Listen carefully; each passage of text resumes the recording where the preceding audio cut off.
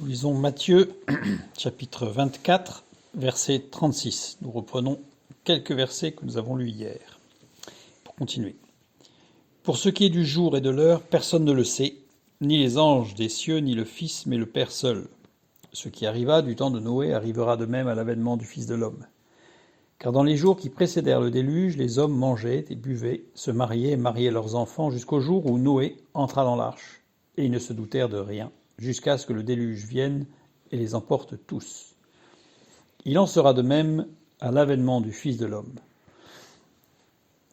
Je reviens juste sur ce petit détail, si on peut appeler ça un détail, c'est qu'ils ne se doutèrent de rien, jusqu'à ce que le déluge arrive. La parole de Dieu nous dit que Moïse est monté dans l'arche, Dieu a fermé la porte, et il y a eu 7 jours avant que la pluie ne tombe. Donc même la porte fermée, tout le monde devait se moquer de Noé en disant « tout va bien ». Il devait ripailler dans la bonne humeur. Il se rendait compte de rien.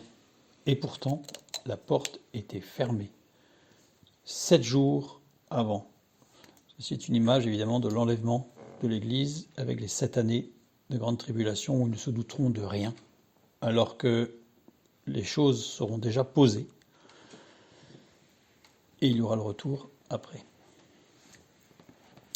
Et donc nous continuons.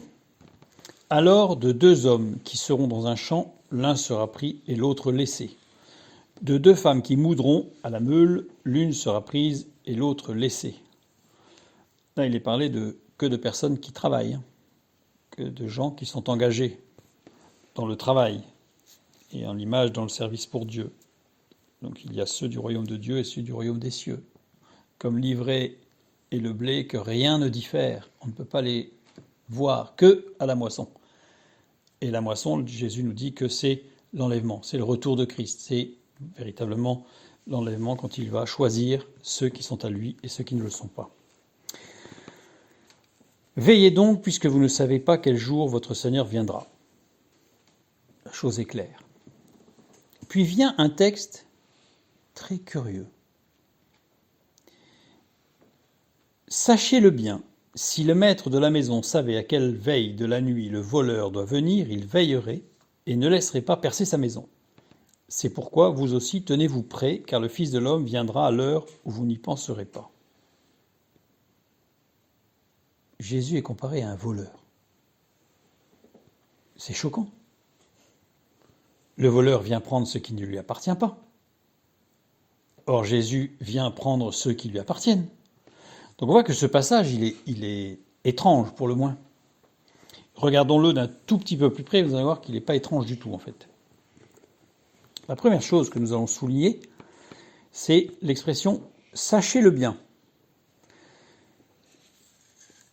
Le terme grec qui est traduit par « sachez-le bien »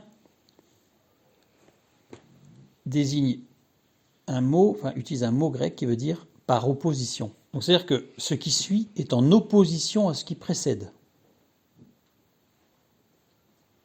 Alors déjà, ça change beaucoup de choses parce que nous, on a une tendance à lire un peu la répétition de ce qui précède. Or là, c'est en opposition. Donc en opposition à ce qui précède. Si le maître de la maison savait à quelle veille de la nuit le voleur doit venir, il veillerait et ne laisserait pas percer sa maison. Si le maître, si ici, en grec, c'est pas si, c'est puisque, odé.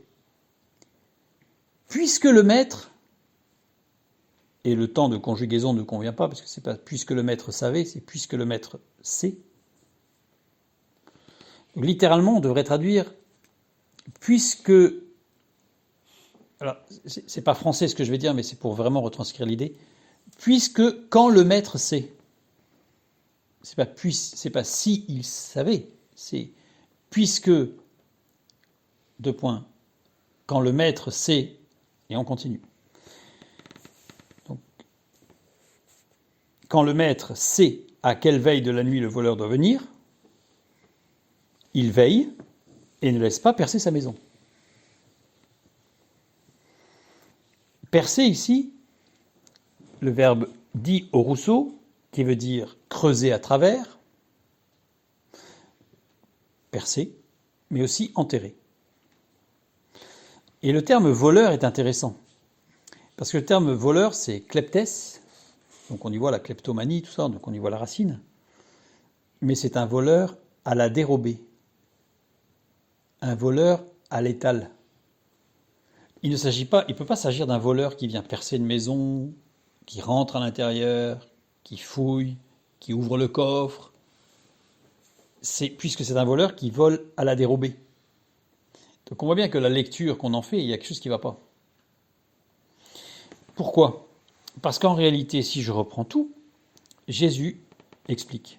Avant, il explique, voilà, que l'avènement du Fils de l'homme va venir être surprenant, va surprendre tout le monde.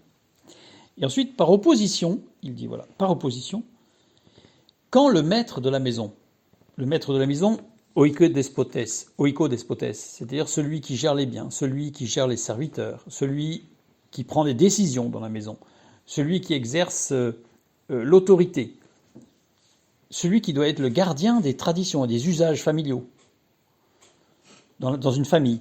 Ben celui-là, s'il sait qu'il y a un voleur qui va venir, qu'est-ce qu'il fait ? Il veille. Et vous savez que le maître vient et vous ne veilleriez pas ?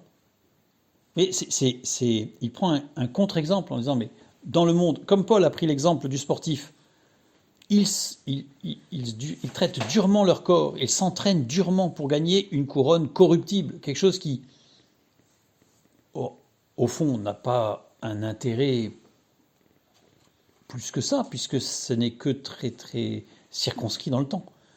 Et Paul dit, et vous qui courez dans le stade pour une couronne incorruptible, pour l'éternité, eh bien, d'autant plus, entraînez-vous, soyez un petit peu rigoureux avec vous-même. Et là, Jésus fait exactement la même chose. Il dit, voilà, l'avènement du Fils de l'homme va venir, il a donné un exemple, Noé, ceux qui n'y ont pas cru, ils ne sont pas pris attention, et c'est arrivé. Et il dit, et par opposition, regardez ceux du monde. Celui qui sait qu'il y a un voleur qui va venir, il va veiller toute la nuit s'il le faut. Il ne va pas dormir. Il va faire tout ce qu'il faut pour ne pas se faire voler. Et vous ne le feriez pas alors que c'est pour l'éternité. Et après, il continue. Quel est donc le serviteur fidèle et prudent que son maître a établi sur ces gens pour leur donner la nourriture au temps convenable ? Donc là, il revient sur... Voilà, il a fini les exemples avec une contraposée, avec un exemple positif et un exemple dans le monde, qui, pour si peu ils le font, alors vous, pourquoi le feriez-vous pas ? Et il continue. Heureux ce serviteur que son maître, à son arrivée, trouvera faisant ainsi. Là, il reprend sur et vous, faites donc. Et il reprend un exemple terrestre.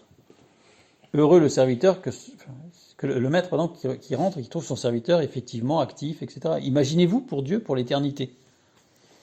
Je vous le dis en vérité, il l'établira sur tous ses biens. Mais si c'est un méchant serviteur qui dit en lui-même « Mon maître tarde à venir », s'il se met à battre ses compagnons, s'il mange et boit avec les ivrognes, le maître de ce serviteur viendra le jour où il ne s'y attend pas et à l'heure qu'il ne connaît pas. Il le mettra en pièces et lui donnera sa part avec les hypocrites. C'est là qu'il y aura des pleurs et des grincements de dents. Là, il parle de ceux qui ne seront pas enlevés. Ceux qui sont trouvés en faisant comme si, mais qui ne le font pas. Ou pire, ceux qui en plus utilisent le nom de Dieu, puisque là c'est utiliser l'autorité du maître sur les autres serviteurs, eh bien ceux qui utilisent le nom de Dieu en vain ou pour leur gloire, eh bien eux se retrouveront dans une position où il y aura des pleurs et des grincements de dents. Pourquoi ? Parce que la porte sera fermée. Comme pour les vierges folles et les vierges sages que nous lirons demain. Il y en a 5 qui sont arrivés, la porte était fermée. À l'arche, la porte était fermée pendant 7 jours avant que la pluie ne tombe. Et là, c'était vraiment trop tard.